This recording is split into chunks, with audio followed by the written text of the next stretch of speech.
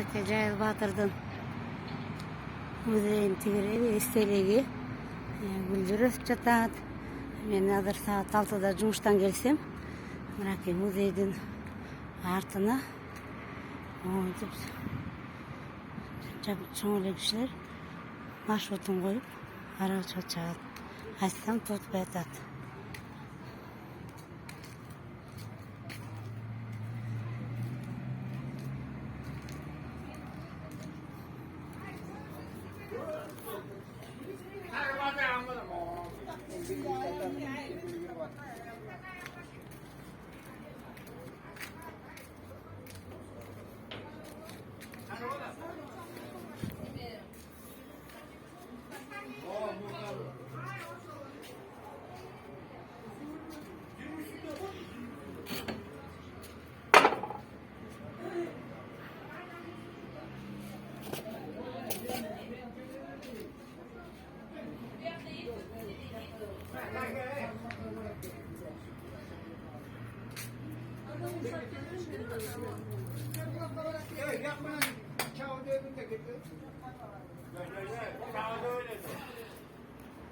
Bu yoqdagi tuyoqxona bular bo'lsa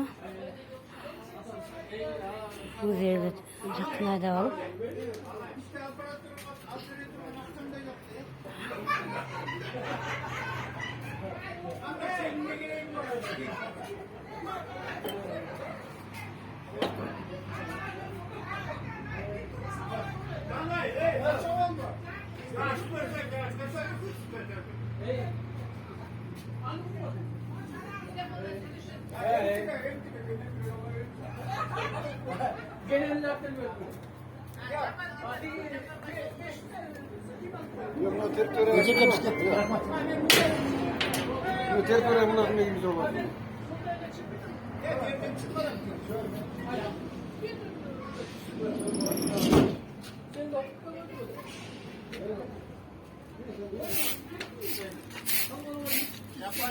Namazını